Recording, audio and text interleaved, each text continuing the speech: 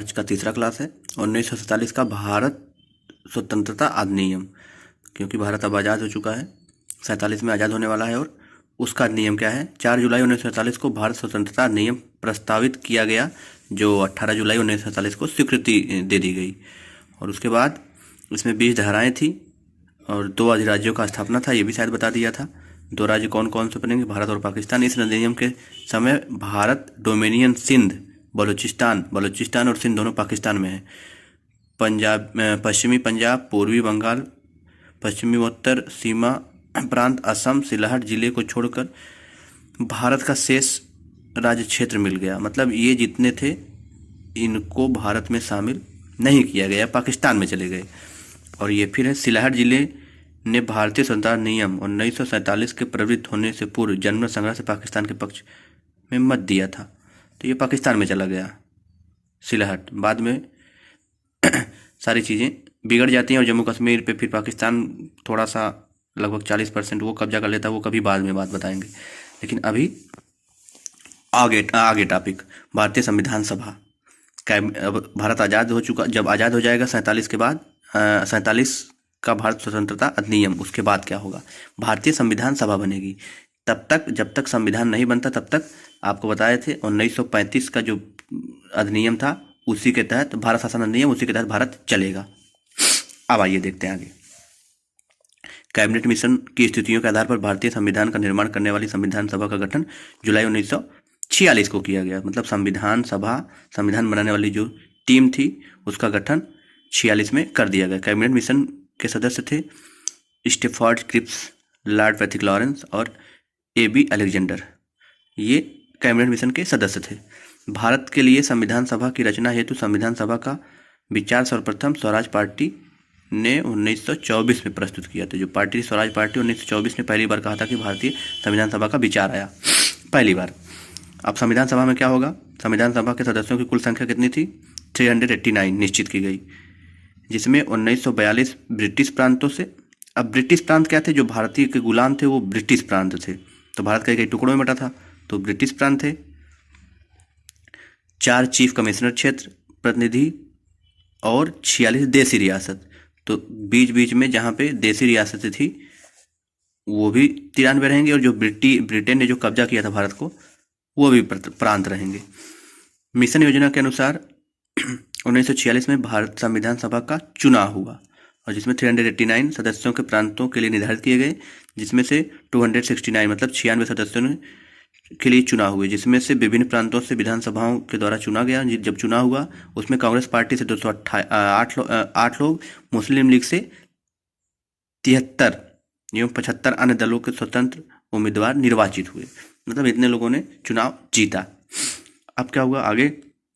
9 दिसंबर 1946 को संविधान सभा की प्रथम बैठक नई दिल्ली में काउंसिल चैम्बर की पुस्तकालय में हुई। ये इंपॉर्टेंट है, जब पहली बैठक जो हुई थी कहाँ हुई थी? काउंसिल चैम्बर के पुस्तकालय में हुई थी।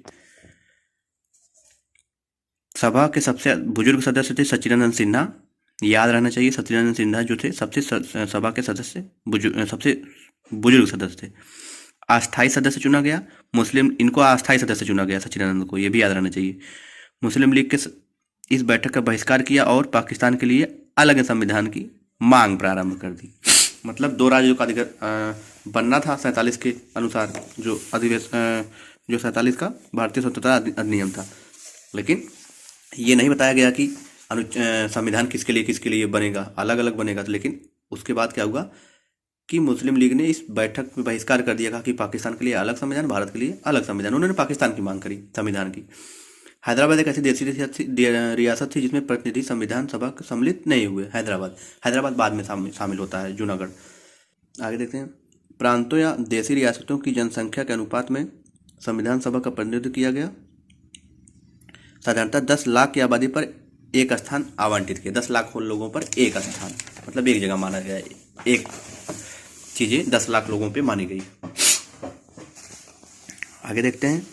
प्रांतों का प्रतिनिधित्व मुख्यतः 3 समुदाय के जनसंख्या के आधार पर विभाजित किया गया। ये मुस्लिम, सिख और एवं साधारण। मुस्लिम थे, सिख एवं साधारण लोग थे। जो हिंदू थे उनकी बात कर रही है। संविधान सभा के प्रमुख समितियों के अध्यक्ष कौन थे, ये बहुत इंपॉर्टेंट है, कई बार एग्जामों में आ भी चुका है। संचालन समिति के अध्यक्ष कौन थे, राजेंद्र प्रसाद। संघीय समिति की संविधान समिति कौन था, पंडित जवाहरलाल नेहरू।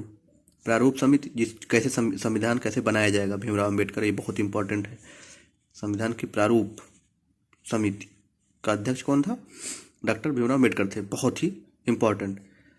संघ शक्ति समिति की किस राज्य को कितनी शक्तियां मिलेंगी, पंडित जवाहरलाल नेहरू। मौलिक अधिकार अल्पसंख्यक, सरदार वल्लभ भाई पटेल देखें। राष्ट्रध्वज संबंधी जो समिति थी वो डॉक्टर राजेंद्र प्रसाद देखते थे। ये सारी अध्यक्ष ये बने रहे। अल्पसंख्यक के उप समिति जो थे मुखर्जी थे, ये थोड़ा आप लोग देख लीजिएगा, बहुत इंपॉर्टेंट नहीं है लेकिन ये बहुत इंपॉर्टेंट है, याद होना चाहिए। आगे देखते हैं, संविधान सभा के ब्रिटिश राज्यों में 296 प्रतिनिधि का विभाजन सांप्रदायिक आधार पर किया। सांप्रदायिक आधार हम बताए थे, हिंदू मुस्लिम जातियों के धार्मिक आधारों पे जो होता है वो सांप्रदायिक होता है, एक बार बता चुके हैं पहले, इस वीडियो के पहले ही किया गया। 213 सामान्य और 79 मुसलमान तथा 4 सिख शामिल थे इसमें। आगे देखते हैं, संविधान सभा के सदस्यों के अनुसूचित जनजाति के सदस्यों की संख्या 33 थी। अनुसूचित जनजाति SC एक होता है, एक ST होते हैं। तो ST जो जंगलों में रहते हैं उनको अक्सर अनुसूचित जनजाति बोला जाता है। तो वो लोग कितने थे, 33 थे। संविधान सभा में महिला की सदस्य कितनी थी, 15 थी। ये इंपॉर्टेंट बहुत है, याद रहना चाहिए। 11 दिसंबर 1946 को राजेंद्र प्रसाद संविधान सभा के अस्थायी सदस्य निर्वाचित किए गए। कब, दिसंबर 11, 1946। आगे देखते हैं, संविधान सभा की कार्रवाई 13 दिसंबर 1946 नेहरू द्वारा पेश किए प्रस्ताव के साथ प्रारंभ हो गई, मतलब संविधान बनना शुरू हो गया। और 22 जनवरी 1947 को प्रस्ताव उद्देश्य प्रस्ताव की स्वीकृति के बाद संविधान सभा में संविधान निर्माण हेतु समितियां प्रयुक्त की गई। इसमें 3 वार्ता समिति, संविधान समिति, ये इंपॉर्टेंट ज़्यादा नहीं है लेकिन एक बात ये देखिए, BN राव द्वारा तैयार किया गया संविधान का प्रारूप विचार विमर्श करने के लिए संविधान सभा 29 अगस्त 47 ईस्वी को संकल्पित पारित करते हुए समिति का गठन कर दिया गया और इसके अध्यक्ष को बनाया गया डॉक्टर भीमराव अम्बेडकर को। मतलब अब संविधान बनना शुरू हो जाएगा, उसको अध्यक्ष बना गया। समिति के प्रारूप सदस्यों की संख्या 7 थी, जो इस प्रकार थे, याद रहना चाहिए। अम्बेडकर अध्यक्ष थे, गोपाल स्वामी थे जो प्रारूप बनाएंगे। प्रारूप मतलब साँचा, मतलब एक तरीके से संविधान कैसे बनेगा। अल्लादी कृष्णा स्वामी अय्यर, कन्हैया लाल मलिका लाल, सैयद मोहम्मद सदउल्ला, माधव राव भी थे, BL मित्र बाद में इनको कहा गया बनने के लिए। DP खेतान 48 में उनकी मृत्यु हो गई। उसके बाद श्रीमाचारी कृष्णा सीमाचारी बने सदस्य बनाया गया, इनको मृत्यु जब हो गई। कृष्णामाचारी TT कृष्णामाचारी नए सदस्य बनाया गया। संविधान सभा में अम्बेडकर ने पहली बार निर्वाचन बंगाल से तथा देश के बंटवारे के बाद उनका निर्वाचन बॉम्बे से हुआ। बॉम्बे जो मुंबई है, अब बंगाल आप समझ रहे हैं, पश्चिमी बंगाल। 3 जून 47 को योजना के अनुसार बंटवारा होने जाने पर भारतीय संविधान सभा में कुल कितने लोग बच गए, 324 लोग, जिनमें 335 प्रांतों से और 89 सदस्य देशी राज्यों से थे। अब देखिए, ये बहुत इंपॉर्टेंट है।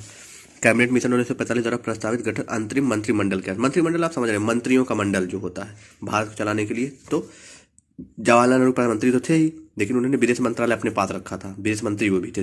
वल्लभ भाई पटेल पहली, मतलब ये सब भारत के पहले मंत्री बने। गृह मंत्री कौन थे पहले, सरदार वल्लभ भाई पटेल। सूचना और प्रसारण मंत्री भी थे। बलदेव सिंह रक्षा मंत्री, ये उत्तर प्रदेश पुलिस 2018 में ये क्वेश्चन आ चुका है। भारत के पहले रक्षा मंत्री कौन थे, बलदेव। जान मथाई उद्योग और आपूर्ति मंत्री। शिक्षा मंत्री याद रखिएगा, C राजागोपालाचारी। H भाभा कार्य और खनन बंदरगाह मंत्री। डॉक्टर राजेंद्र खाद्य एवं कृषि मंत्री। राजेंद्र प्रसाद वही जो राष्ट्रपति बने बाद में क्या उसी समय। आसिफ अली रेलवे मंत्री, तो भारत के पहले रेलवे मंत्री आसिफ अली। और जगजीवन राम श्रम मंत्री। श्रम मतलब मजदूर वर्ग, जो काम करने वाला वर्ग, उसको देखने के लिए।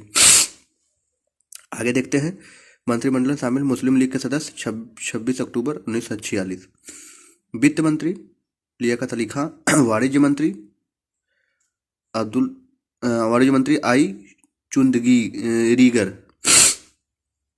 अब्दुल रब नस्तर संचार मंत्री, योगेंद्र नाथ मंडल विधि मंत्री और गजेंद्र अली खां स्वास्थ्य मंत्री। ये यहाँ तक याद होना चाहिए। जो काम बहुत तेज़ी से पढ़ा है तो आज थोड़ा कम पढ़ाएंगे, लेकिन आप लोगों को इतना याद होना चाहिए। धन्यवाद।